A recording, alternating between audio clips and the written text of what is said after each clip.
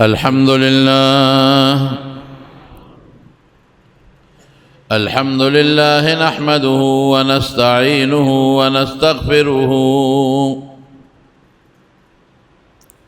ونستغفره ونؤمن به ونتوكل عليه ونعوذ بالله من شرور أنفسنا ومن سيئات أعمالنا من يهده الله فلا مضل له ومن يضلله فلا هادي له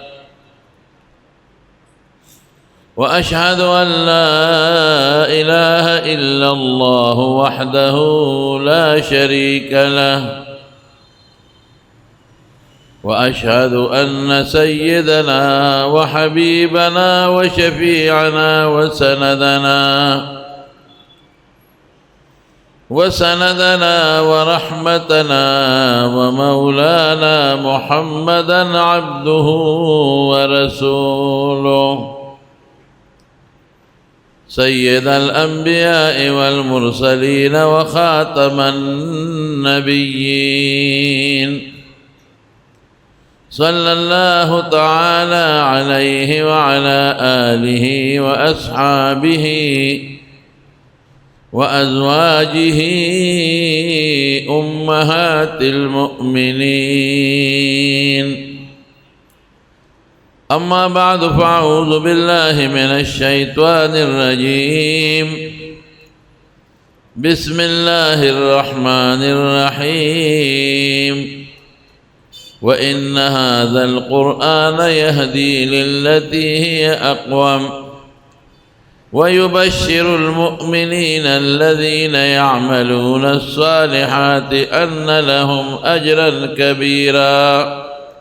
صدق الله العظيم. درود شريف وآية. اللهم صل وسلم على سيدنا ومولانا محمد وآله وصحبه أجمعين. معزز علماء کرام و ددی مجلس حاضرین مسلمانان ورونو، نن پدغه جامع مسجد کې چې کم کې د مخ کې نه یو دینی مدرسه را روانه ده، خو مخ کې د حفظ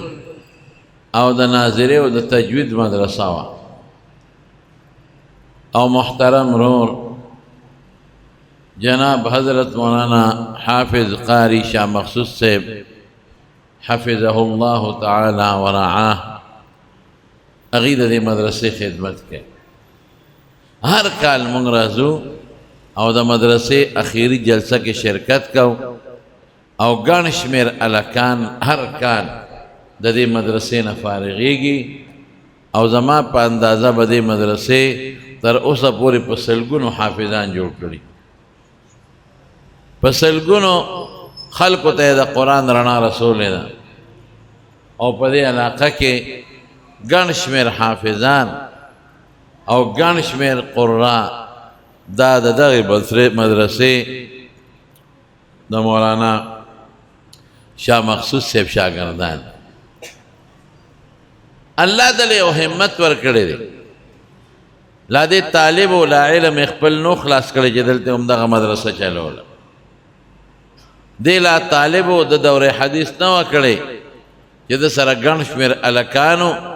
او هغې ته قرآن ښودلی، او د دې مولانا شاه مخصوص صاحب د برکت نه ډېرو زیاتو کورنو ته د قرآن رڼا ور رسېدلې ده. الله دې دله مزید توفیق نصیب وګرځولی. زما رڼو اوس دوی په دغه ورکوټې غوندې جومات کې په دې مدرسه کې لږ غوندې د دین او د شریعت د بعضې نورو څیزونو اجرا ته هم قصد او نیت کړی دی. په دې مدرسه کې سحر نه ماښامه پورې د حفظ کلاسي، سحر نه ماښامه پورې حفظ، که څوک خپل بچي باندې حفظ کول غواړي سحر نه ماښامه پورې به هغه کلاس چلېږي. سحر نه تر غرمې ماسپښینه پورې د تجوید کلاس دی چې څوک تلاوت او قرائت غلط نه وي دا غي قیدې ورته ښایي او تجوید ورته ښایي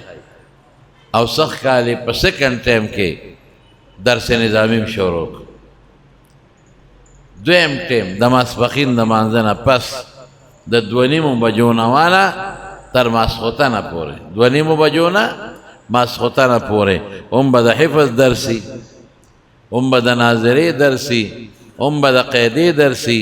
او هم به پکې درجه اوله د درس نظامي او لومبۍ درجه شروع کېږي زمارونو هغه ملګري چې د سهار نه ډیوټۍ له ځي د سهار نه نیوزګان او د 2:30 بجو نه پس فارغي هغې ټولو له پکار دي چې په دغه مدرسه کې داخله وکړي او دوی د دین علم زده کړي لومبۍ درجه د سخت کال له به 2 درجې شي بل کال له به انشاءالله 3 درجې شي او دا ستاسو دپاره او د دې ټولې محلې دپاره او علاقې دپاره ډېر لوی د سعادت ذریعه د زمارونو الله یې د مولانا صاحب او ستاسو په شریکه نصیب وګرځولی زمارونو د الله په موږ ډېر نعمتونه دي چې موږ شمېرلی نه شو خو ډېر نعمتونه دي چې موږ له ترې ډېره لویه فایده ده خو هغه موږ پورې خاص نه دي هغه خدای کافر له م ورکړي دي بلکې هغه خدای ځناورو او حیواناتو له م ورکړي دي لکه د سترګو نعمت د سترګو څونه ښکلی نعمت دی دا چې د چا سترګې ني ته د هغه نه تپوس وکړو نو پته به راته ولګي موږ له الله روغې سترګې را کړي دي ټول وایي الحمدلله دا دومره لوی نعمت دی دومره لوی نعمت چې رسول الله مبارک فرمایي چې د کم انسان نه ما سترګې واغېشتې دی میړون کړون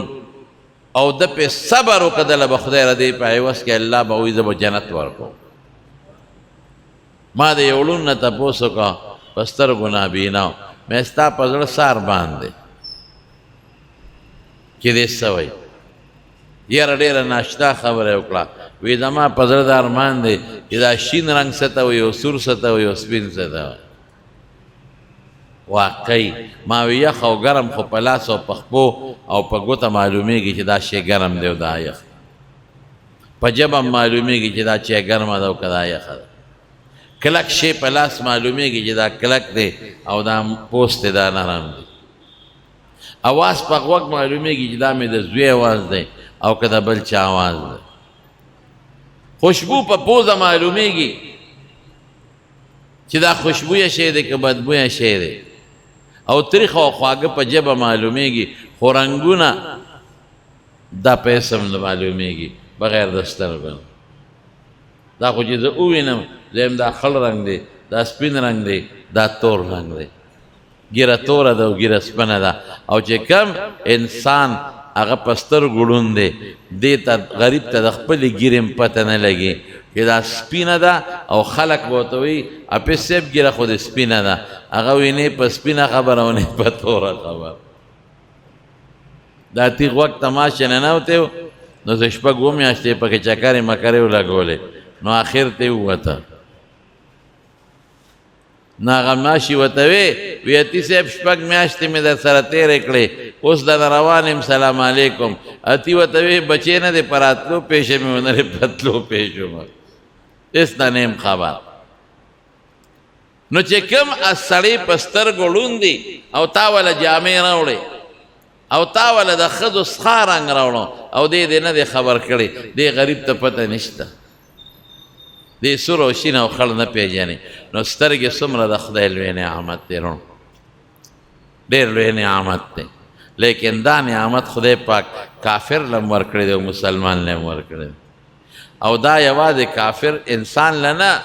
دا نعمت حیواناتو له هم خدای ورکړی دی د سپي هم سترګې شته د غوی هم سترګې شته د چرګ هم سترګې شته او د مارغانو سترګې شته بلکې زمونږ د سترګو نه د بعضې حیواناتو د سترګو طاقت زیات دی ګوره د پیشو چې څنګه نظر لګي داسې زمونږ نه لګي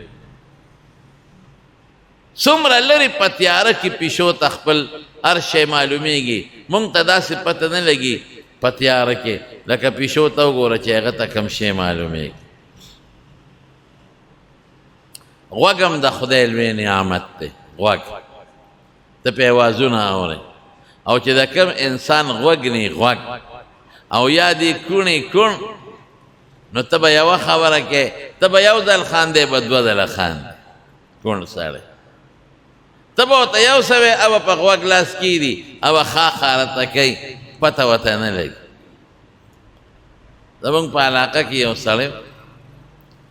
یو میرزا صاحب په غوږونو کوڼ خبرې به یې لږې اورېدې خو څه ناسو کوڼ نو کوچوان سره په ټانګه کې ناستو نو کوچوان ټیز واچو نو کوچوان وی چې دا میرزا صاحب خو په غوږونو باندې کوڼ دی چې زما دا ټیز به اورېدلی او که نه یاره میرزا صاحب وي خو ته په غوږونو کوڼ یې که نه اواز مواز خو ته نه اورې هغه ورته وي کوچوان بابا زه په غوږونو ډېر دروند یم او ما ته پته نه لګي کوڼ یم خو کله کله ټنګ او ټونګ اورم ټنګ ټونګ اورم کوچوان کاکا پیژو چې زما د جرس ټنګار یې اورېدلی نو غوږ د خدای لوی نعمت دی چې د چاني ورته په ګلسون دلته کېږدي دلته د غوږ هغه مشین نو ورته وایي دا اواز اورې که نه یاره وي دا ځان له مصیبت دی پکې چغې دی او شور دی پکې لیکن دا د غوږ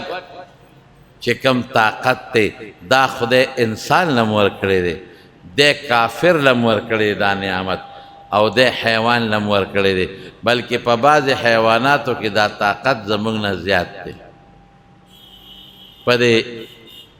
حیواناتو کې یو حیوان دی کونې ورته وایي کونې دا په دې څاروو په دې املا کې یو قسم چې کېږي د غواو میخو په دې کې کېږي راکوټې غوندې مچ شانتې شوي وي کونې ورته وایي کونې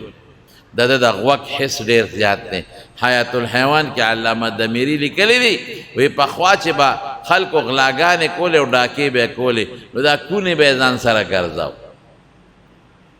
دی به په یو میدان پرېښو نو کونې که چا ته زور کوي څاروو پسې زور کوي دا د څاروي د ویښتو کې پټ ناست دی دې څاروو پسې زور کوي نو چې کونې به کم خوا روان شو نو ډاکوانو ته پته ولګېده چې دې خوا قافله ده ځکه چې کونې څاروو پسې زور کوي معلومیږي دا چې څاروي دې خوا دی او قافله کې څاروي وي نو بیا به دوی لاړل هغې طرف ته نو قافله به یې لوټ کړه د هغوی څاروي به یې وتښتل ګوره کونې د میلونو په مزل هغه ته دا پته لګي چې څاروي کوم طرف ته دی دومره یې د غوږ حس تیز دی دومره تیز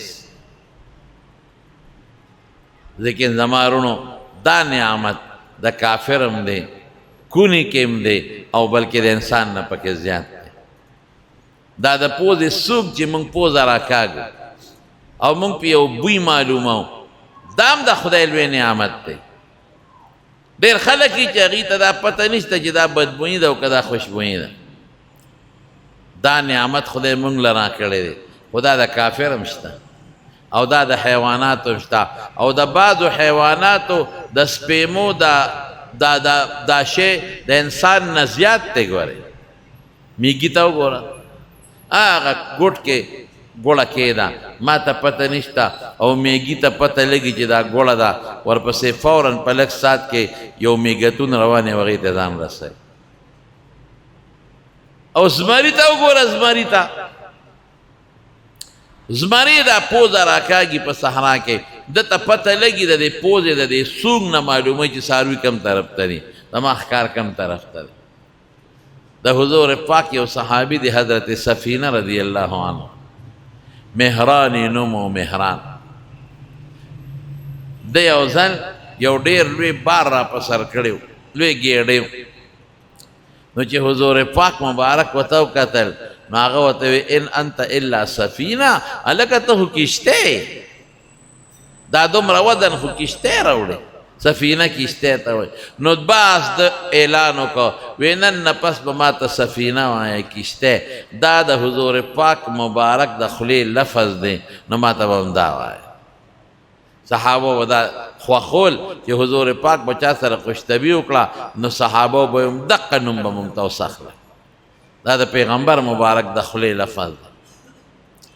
دا سفینه رضی الله عنه وایي وی دی یو علاقې ته تلم په یو قافله کې قافله رانه ګډه وډه شوه زنګلو قافله روانه شوه.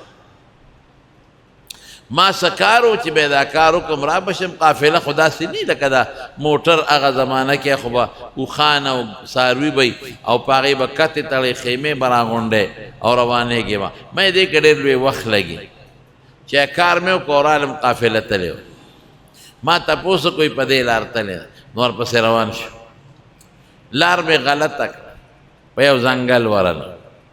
شپه شوه، مازدیګرۍ ماښامې شو، ډېر پریشانم چې خدای اوس په دې ځنګل کې به زه څه کوم. ما نه خو قافله م لاړه، زه به څنګه رسم. وې دې کې یو زمری راخطا شو، مضبوط ببرشیر دا راخطا شو. یا خدای اوس به څه کوم، دا خو که راغې ما به اوس مات کي وبه مې خورې. نو دا حضرت سفینه دا قصه رسول الله مبارک ته ګورې ذکر کوي. وی چې زمری راغی او په مې مله کوله، نو ما زمري له یو آواز ورکړه چې ای زمریا تم د خدای مخلوق یې، الله پیدا کړی، او زم د الله د ښکلي مبارک پیغمبر صحابي یم. ګوره تم د خدای مخلوق یې، الله پیدا کړی، زه د الله د مقدس پیغمبر محمد مصطفی صلی الله علیه وسلم صحابي چې قدم را وانخلي دغه ځای. وی زمری نه غدرید. ډېر خوشحاله شم چې ګوره زمری د حضور پاک قدر کوي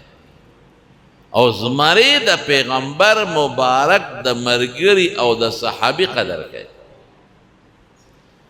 بچې ما ته وی زمری ودرېده غلې غوندې داسې لکه چا چې سپی ساتلي بلد سپی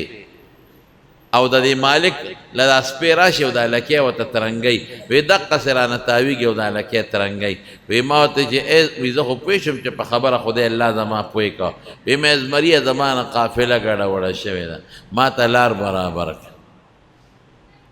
دا زمری ودرېد او سپی مې داسې مخکې سپی مې راکاږي، دې خوا مخکې سپی مې راکاږي، دې بل خوا مخکې او سپی مې راکاږي، تاویږي. د زمري ته د دې سونګ نه پته لګي چې قافله کم طرف ته، څاروي کم طرف دی ته، دته د دې سونګ نه د څارو پته لګي، د ښکار پته ورته لګي. وی ناګهانه هغه زمری روان شو، په پنجه ماته اشاره راکړي چې راځه راپسې. هغه مخکې دی زه ورپسې. وی چې کله ستړی شم زه ودرېږم، وی دا زمری م کښېني، چې کله زه دمه شم پاسم زمری م پاسي، دې مخکې زه ورپسې، او چې کله زه ودرېږم دی راته ودرېږي په شا راپسې ګوري. وی یو دوه جنګې لاره راغله، یو داسې تللی و یو داسې تللی و. وی دې زمري یوې لارې باندې ما ته داسې خپه وړقوله، داسې راته ګوري خپه وړقوله چې داسې ځه. وی زه روان شم، وی هغې پورې دا زمري ما ته ولاړو چې تر څو زه په لار کې غیب شوی نه وم. د زمري په زړه کې د رسول الله مبارک قدر او د حضور پاک د صحابي قدر ته وګوره. نن زمونږ په پیغمبر ایمان دی او د پیغمبر مبارک قدر زمونږ په اړه کې نشته. په پیغمبر هم ایمان دی او د هغه د صحابو قدر زمونږ په زړونو کې نشته. وی خیر روانو هغې پورې دې ناستو چې زه پناه شوی نه وم چې لږ مسلمان دې لاړم نو خپلې قافلې سره میلاو شو. دې صحابي حضرت سفینه رضی الله عنه دا ټوله قصه حضور پاک ته بیان کړه. حضور پاک په ډېر زیات خوشحاله شو. نو د پوزې سونګ دا د خدای لوی نعمت دی. خدا زمونږ هم شته او د کافر او د بعضې حیواناتو زمونږ نه زیات دی. بل څه شی دی پکې د انسان، بل د انسان د وجود طاقت دی. دا لوی نعمت دی چې چا لاس پې مضبوطي، خو په دې طاقت کې زمری ستا نه تکړه دی. د هغه پنجه کې او د هغه خپو کې چې کوم طاقت دی، غټ خر پې راونیسي او راوې پردوي او غوښې یې وخوري. او د خر په خپو کې چې کوم طاقت دی، د خوا کې ورته ودرېږه چې دی تخپې کې او دوه برغې لتې درکړي چې اوس دې زوړ قندار ته رسوي. او د اواز طاقت ماشاءالله دام د خدای یو نعمت دی اواز. لیکن دا د کافر هم شته هم چغه وه. طاقت د لاس او خپو د انسان هم دی او د کافر هم دی او د حیواناتو موږ نه زیات دی او د اواز طاقت دا هم د خدای نعمت دی ډېر خلک دي چې خبرې نشي کولی د تالونه اواز نه راوځي بیماران هغوی د خط په ذریعه باندې خپل رور ته مور ته وایي چای راوړه ډوډۍ راوړه نو اواز د خدای نعمت دی خدا د مسلمان هم شته او د کافر هم شته ځکه نشته بلکې دا د حیواناتو هم شته او په حیواناتو کې دا شی زیات دی د موږ نه لکه خر چې چغه وباسي موږ په لوډ سپیکر دونه آواز نشو ویلی لکه خر چې بغیر د لوډ سپیکر نه چغه ووایي اوس دا نعمتونه موږ له خدای راکړي دي موږ به د الله شکر ادا کوو شکر دی خدای سترګې پوزه ژبه غوږونه الله دا تا راکړي دي ټول وایي الحمدلله خدا نعمتونه د چا دي وایي الله راکړي او بیا موږ له هم راکړي دي یوازې مسلمان له نه کافر له هم ورکړي دي او حیواناتو له هم ورکړي دي او زموږ نه ښه ورکړي دي انجینری یو نعمت دی الله د بعض انسان په زړه کې اچولي چې دا کوټه به جوړی ترکان له په ذهن کې د ورونو ډیزایننګ او د جوړولو طریقې خو ور اچولې دي لور له د اوسپنو د سوځولو او د نیغولو د هغه طریقې رب العالمین په زړه کې اچولې دي لیکن دا نعمت خدای چاله ورکړی دی مسلمان لم او کافر لم زه چې څنګه یو شی ایجاد کوم کافر زما نه خشته موبایل جوړوي کافر زموږ نه ښکلی موټر جوړوي کافر زموږ نه اعلی بهترین خشته سیکل جوړوي ګوره دا شی بیا کافر سره هم شته موږ سره هم شته او په حیواناتو کې هم دا نعمت شته یوازې ممکنه په حیواناتو کې هم شته زه به مثال درکم یو انجینیر دی هغه کوټه جوړوي یا یو ګلکا د کوټه جوړوي رښتیا وایه بغیر د پیتې نه او د سال نه ګونګړو چې ښکته پورته کوي او د مزي نه دې کوټه جوړولی شي راکړئ جواب په پیته به کچ کوي چې دونه پوټه پلنه او دونه اوږده او په قوازه ناست هغه ګونګړو کله ښکته کوي یا کله پورته کوي ټول ورځ په هغې تېره کوي هغې نه بغیر دیوال نشي نیغول او چې دا کم مزې ورسره وي هغې نه بغیر خښته نشي نیغول او د کرنډۍ او د تیشۍ نه بغیر دیوال نشي وال او د شاتو مچۍ ته وګوره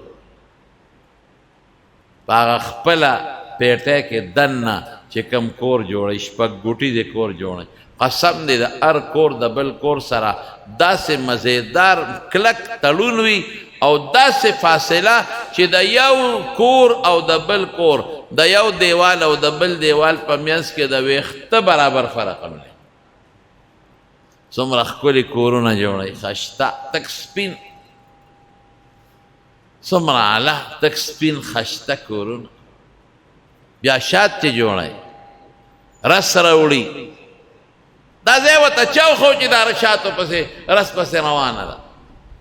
شات راوړي الله پاک په لاره باندې خو دې ته څه نښې نښانې نشته مونږ خو چې دلته کې راځو د مولانا شاه مخصوص صاحب ځای ته نو مونږ ځان ته نښه کړي چې په موټروی نه به دلته کوزېږو او هلته نه بیا جی ټي روډ لاندې راځو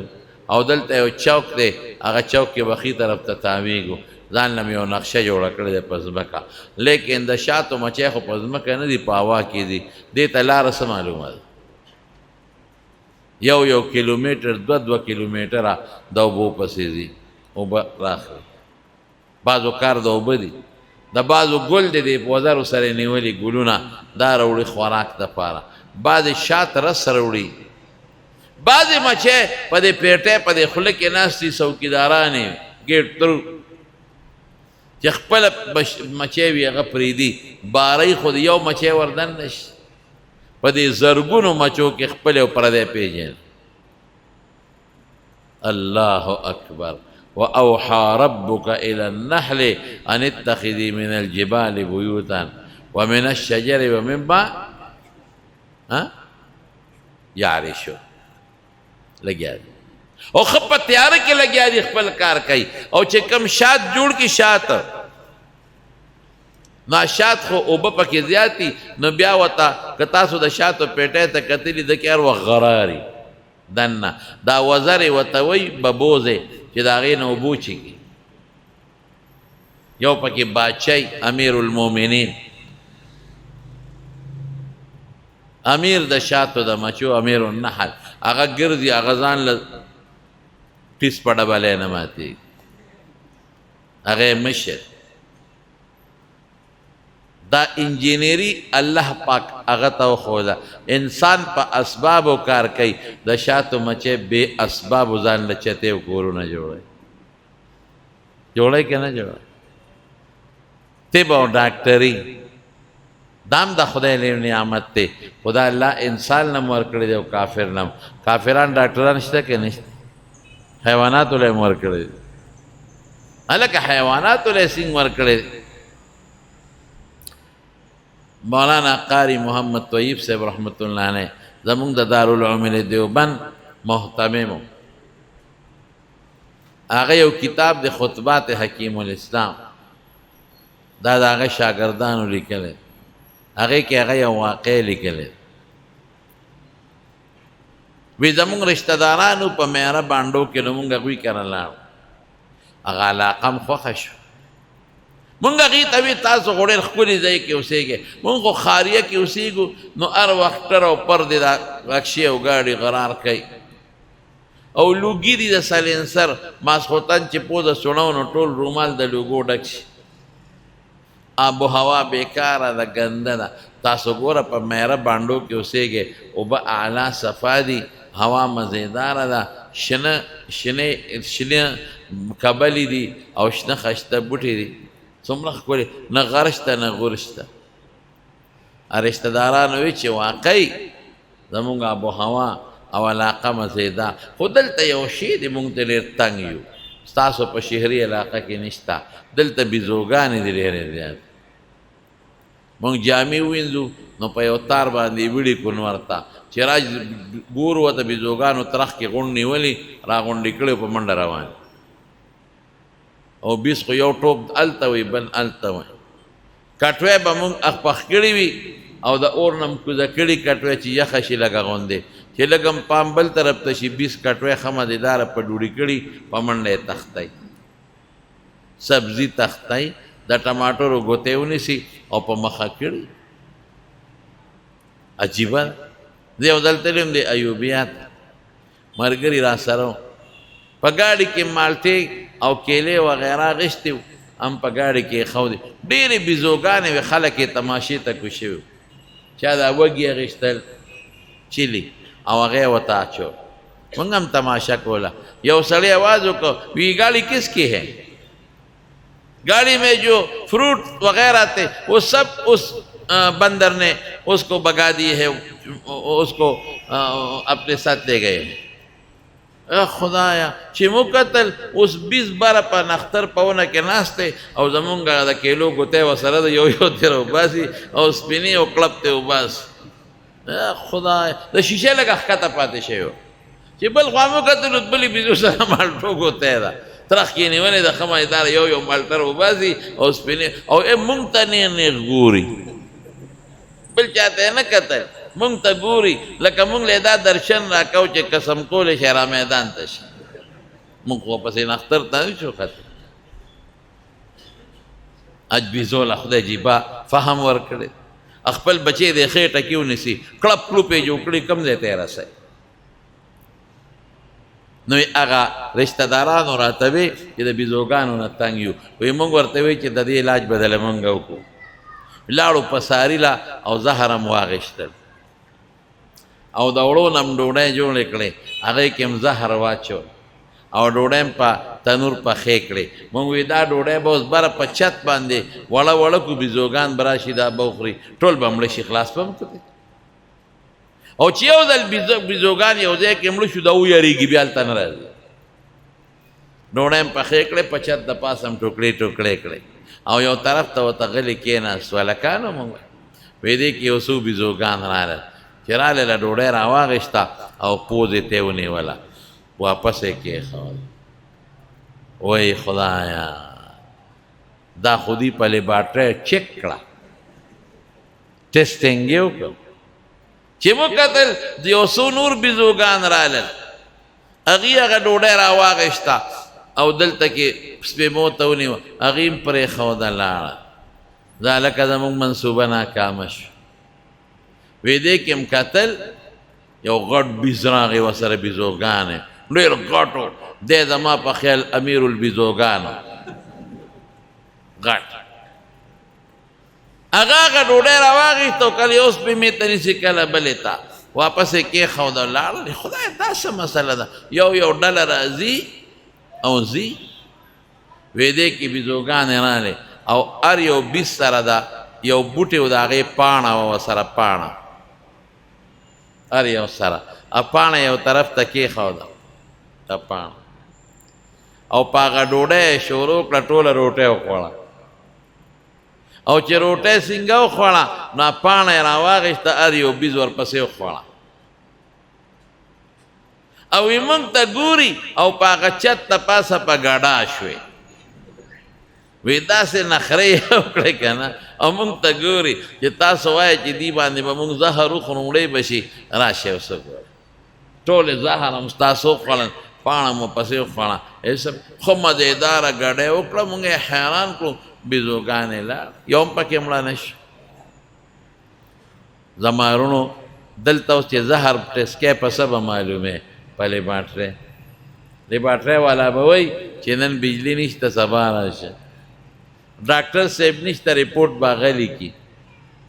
هم لیبارټرۍ والا دا نشي معلومولی چې دا زهر کم نوعیت والا دي دا هم نشي معلومولی چې د زهرو علاج څه دی نن په دنیا کې د زهرو علاج چا سره نشته الرجي ګولۍ به دله درکړي خو چې زهر زیات یې کار نه کوي د الټو دارو به درکړي چې دا زهر واپس راوځي لیکن زهر چې په رګونو کې خواره شي هغې علاج ورسره نشته بیس ته دا پته ده چې دا زهر دی په سپېمه کې ولا خدای انټرنیشنل لیبارټري ښودی نه ورته د ډاکټر ضرورت شته او نه د بجلۍ ضرورت شته په هغې یې چک کړه او ورته دا هم پته ده چې د دې زهرو علاج څه دی نن دنیا کې چا سره نشته دا خدای بیز له دا پویه ورکړې ده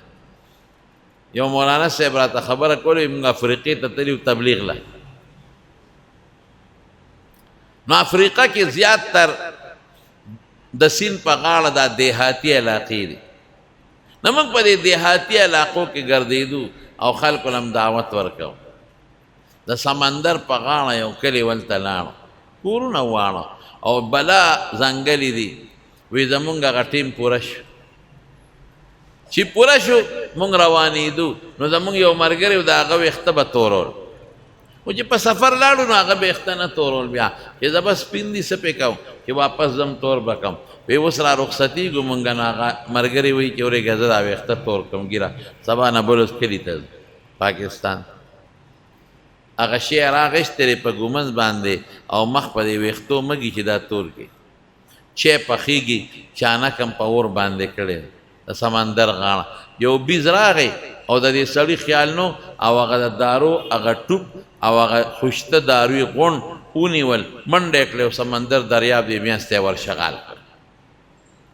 ای خدای دا منډې مو ولې خوشحاله سمندر ته به پیسوک کوزېږي مونږ ډېر خفه شو سړی هم خفه شو چې خدای داسې په غم وړې نیمه ګیره مې توره کړې ده او نیمه سپینه ده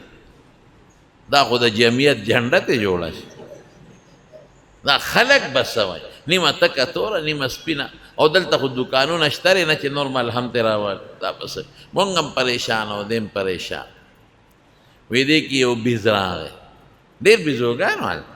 ځنګل هغه چې مونږ اور بل کړو چای هم پخوله یو څو ډکي راوړل هغه چای اور کې واچول او بیا په ډکي باندې غیرې راواغېستې او غیرې په لاس کې رالي او په ځان مږي داسې او زمونږ هغه ملګري ته ګوري وی موږ ورته وي چې هلکه اشنا دې دا زما په خیال دارو جوړ دی رزیل تختولې او دا دې دلې دارو راوړل ګوره ډکي راوړل هغه یې ایره کړل او تا ته ګورې په مخ مږي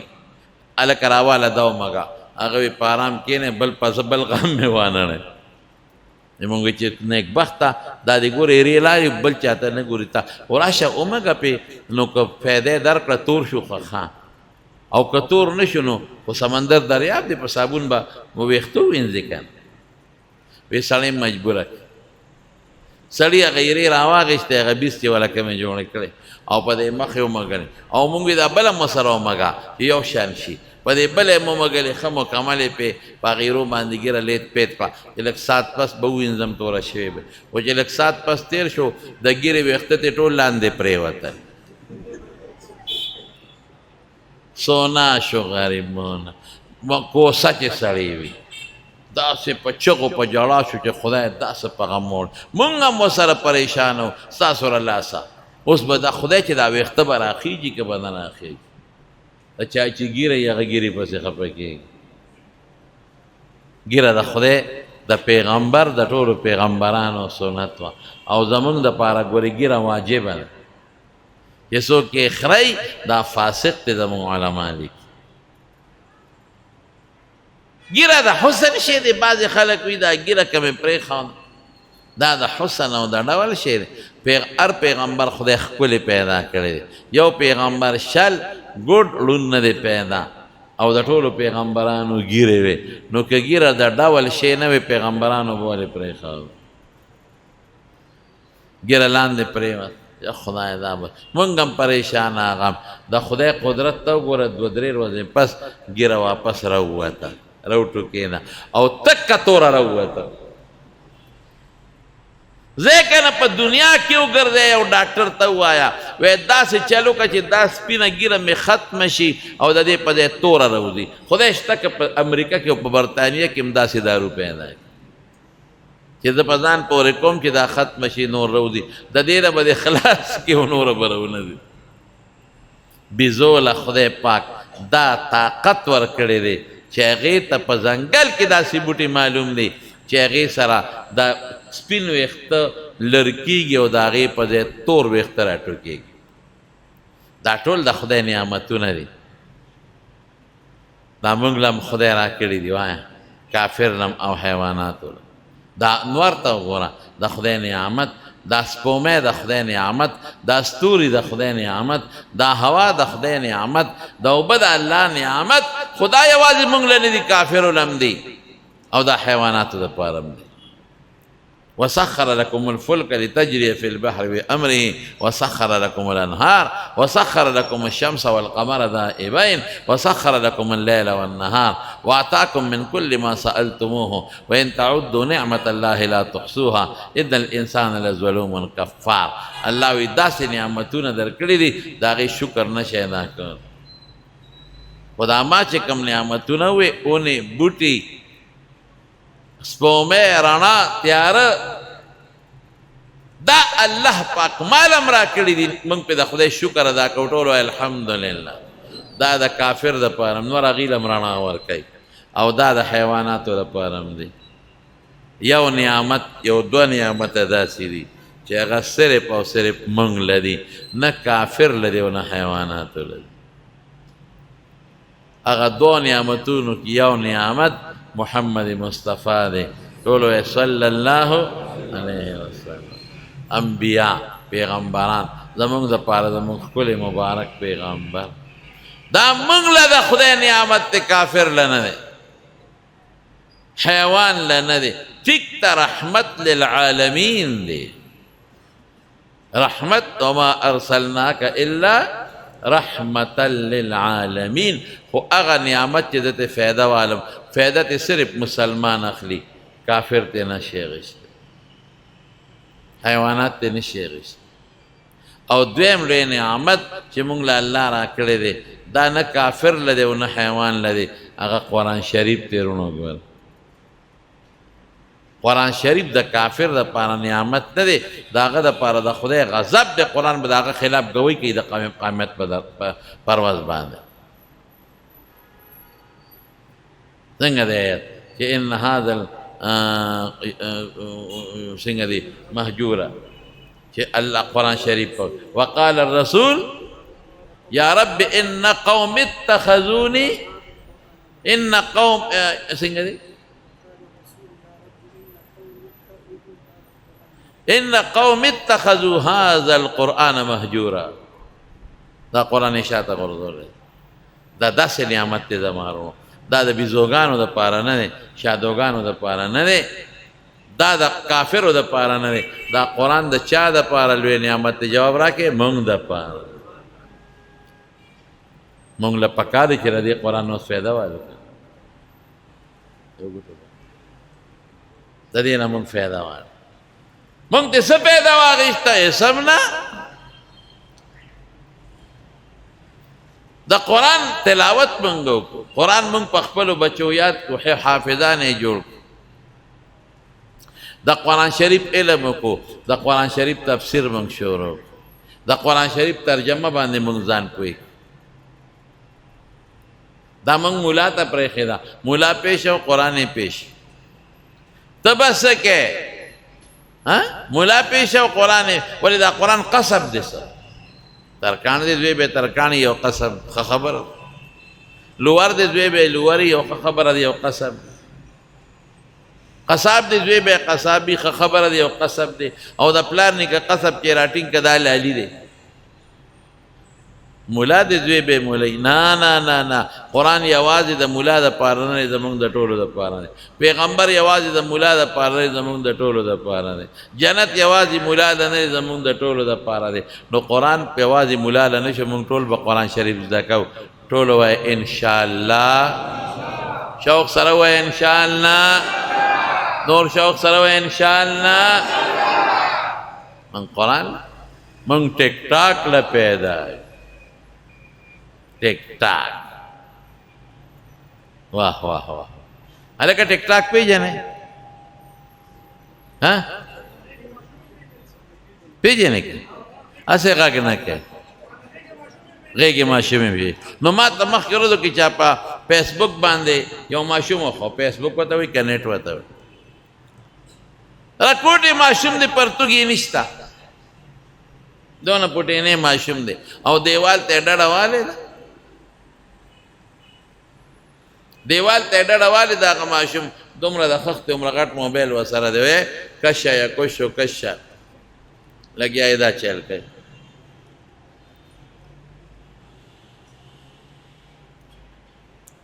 خپې په خپه اړولې دا ماشوم ښه ده په قسم په خدای ما په خپله ولید په نیټ خپې په خپه اچولې ده او صیبه دیوال ته یې ډډه والې ده دیوال ته ډډه والده او موبایل ورسره داسې دی کش کش کوي پرتوګ یې نشته باجا بامخیل یې ټول ښکاري واړه په هغه مخته دی جینکې لګیا دي جینکې او په ټیک ټاک باندې او په موبایل باندې لګیا دي ګډېږي لستوڼې ټول نشته دا ښکاري نیمه بربنډه الکان ورته ګوري الکان او جینکې یو بل سره یو ځای لګیا دي په ټیک ټاک باندې دا څه کوئ پیسې ګټي دې دپاره چې پیسه وګټم دې دپاره چې دولت وګټم ای ظالمې د خدای نه ویرېږه دا ښکلی شکل چا درکړی دی وایه دا خشته سترګې خوله پوزه اندامونه چا ورکړي دي وایه نو چې الله د سره دونه ښېګړه وکړه نو ای د خدای دشمنې او ای بربنډه لکه د خدای دشمنه د خدای مقابله کې الله خفه کې دا زموږ عقل دی دا څومره ظلم من کوو څومره زیاتې من کوو څومره موږ خپل رب خفه کوو والله اخرجكم من بطون امهاتكم لا تعلمون شيئا وجعل لكم السمع والابصار والافئده لعلكم تشكرون الله وی دا اندامونه خو ما دې له درکړل چې ته پې ما شکریه زما ادا کې نیک عمل وکړي موږ څه کوو موږ پې ټیک ټاکونه کوو موږ دا حضرت یوسف علیه السلام نه زلیخې مطالبه وکړه د زنا او دروازې ورپسې بندې کړې. وراودته التي هو في بيتها عن نفسه وغلقت الابواب وقالت هيت لك. مطالبه ته وکړو، دروازې بند کړې، وی راځه چې ګناه وکړو، هېڅوک نشته. یوسف سترګې دې څومره ښکلې دي، مخ دې څومره ښکلی دی، غوږونه دې څومره ښکلي دي، سرمن دې څومره خشته ده، او ما ته وګوره زه څونه خشته یم. زلیخا ورته وایي مطلب دا چې دی را ګرم کړم او دا زنا وکړو. او ته څه وایي؟ وایي زما قسم په خدای چې هغه सोने पे सुहागा सुनहरी अल्फाज, इन्नहु रब्बी अहसन मस्वाया इन्नहु ला युफ्लिहु ज़ालिमून. د دې ښکلي شکل د وجې ماله خدای د بادشاه په کور کې ځای راکړی. نو زه هغه الله خفه کړم. ظالم نه کامیابېږي، ظلم نه کوه. زلیخې وې پرېږدم دې چېته ګناه به کې. یوسف علیہ السلام ته پته ده چې دروازې جرنده دي، اوس به څه کوم؟ او چابیانې زلیخې سره دي، او یو دروازه نه ډېرې دروازې دي. الله څه به کوم اوس دې وخت کې؟ خو د یوسف علیہ السلام په زړه کې د نبوت نور او رڼا د ماشوموالي نه پرته ده. الله وی قرآن شریف کې، الله وی زه نه ویم. ووصى بها ابراهیم بنیه و یعقوب. څنګه دی سرنایات؟ ربنا واجعل فيهم رسولا منهم يتلو عليهم آياتك ويعلمهم الكتاب والحكمة ويزكيهم إنك أنت العزيز الحكيم. ومن يرغب عن ملة إبراهيم إلا من سفه نفسه ولقد اصطفيناه في الدنيا وإنه في الآخرة لمن الصالحين إذ قال له ربه أسلم. یعقوب ته الله وی، اذ قال ابراهیم ته الله وی، اذ قال له ربه اسلم قال اسلمت لرب العالمين. ووصى بها ابراهیم بنیه. ابراهیم علیہ السلام د اسلام دا خبره زامنو ته وکړه چې اسحاق علیہ السلام دی او اسماعیل علیہ السلام دی. ووصى بها ابراهیم بنیه ویعقوب یا بنی ان اللہ اصطفى لکم الدین فلا تموتن الا وانتم مسلمون. یوسف علیہ السلام ته ماشوموالی کې خدای په زړه کې اچولی ده. دروازې جرنده دي، څه به کوي؟ زلیخا ورپسې ده، ټچنګ که نور څه نه لاس خو به وروړي که نه؟ د شهوت په بنیاد به زلیخا لاس خو وروړي که به نه وروړي؟ پیغمبر نه دا هم ډېر خطره خبره ده چې یو زنا په نیت دی ورته څوک لاس ور واچوي. پیغمبر الله ته محتاجه دی، الله ته رجوع. هرونه چې ګناه ته ماحول درته د ګناه ډک شي، د هغې ماحول نه به تښتې. ډېر خلک وایي د دې ګناه نه نه خلاصېږم. ویم یوسف علیه السلام د ماحول نه تېښته کړې، ته هم تېښته کوه. ماحول کې ګنده کې ناست دی او ته وایې زه به پاکېږم. قسم په خدای چې په ډن کې ناست دی، که زمزم وبم په ځان واچوې که پاک شي. د ډن نه ځان وباسه پاک به شي. ګنده ماحول د ګناه نه ځان وباسه. او که ته وایې بیا به څه کېږي؟ لوی رب شته که نه؟ رجوع الله ته وکړه. چا ته به رجوع کوو؟ وایه شوق سره. الله به مدد کوي. څنګه مدد به کوي؟ واستبق الباب وقدت قمیصه من دبر. دروازه زلیخې منډه کړې چې شانه کمیس ونیسي. الله څه مدد وکړو؟ الله ورته دروازې خود به خود کولاوی، پروټوکول والا خدای ورکوي. یوسف مخکې دی علیه السلام، زلیخا ورپسې ده، دروازه کولاویږي. دا نه چې زنځیر هم کولاویږي، دروازه هم کولاویږي. یوسف مخکې دی. واستبق الباب وقدت قميصه من دبر والف يا سيدها لدى الباب قالت ما جزاء من اراد باهلك سوءا الا يسجن عذاب اليم. گناہ نه بدن بچ کې نو نیت کوا، باقی مدد بسو کوي. وایا خلاص زمارونو خبره د قلته ټک ټک ټاک من وایو دا شکل دی، راشه په دې پیسې وګټه، ځان بربند کا پیسې وګټه. دغه جینې، دغه ښځه، دغه ماشوم چې په ټیک ټاک نن د خپلو اندامونو نمایش کوي او پیسې پې ګټي، دا به د چا زوی وي که بنې؟ دا جینۍ به د چا لور وي که بنې؟ دا به د چا خوري، دا به چا خورده، د چا رویرا، د چا ترور، د چا مور، د غالک، د چا زوی، د چا رور. آی های الله مو خفه که پیسو د پاره. ولې مونږ الله د پیسو د پاره خفه کوو؟ دا نوجوانان زما ډېر خوښ دي هلکان، دا ما سره ډېره مینه ساتي. دي ټیک ټاک هم ګوري او ما هم ګوري. هلکه داسې ده که نه؟ ټیک ټاک هم ګوري، نیټ هم ګوري، ما هم ګوري، هم اوري خو ما هم پکې اوري. نو زه به دې وروڼو ته دې بچو ته دا زما هم خوښ دي، یو درخواست وکړم دلته ناست یو چې نن نه پس به مونږ په نیټ باندې ګناه نه ګورو، ټیک ټاکونه به نه ګورو که خیر انشاءالله. انشاءالله ورسره ووایه، بیا ووایه انشاءالله. مونږ به خپل رب نه خفه کوو، ټول وایه انشاءالله. مونږ به الله نه خفه کوو، الله به خوشحاله ووایه انشاءالله. بس تقریر پې اورئ که نه، ترجمه پې اورئ، تجوید پې زده کې، دین پې زده کې، دا علماء بیانونه پې واورئ، نعتونه پې واورئ. دا ښه خبره ده. نو ښکلې نعمت موږ له رب العالمین د قرآن په شکل کې راکړي او د محمد مصطفی په شکل کې. ټول وایي صلی الله علیه وسلم.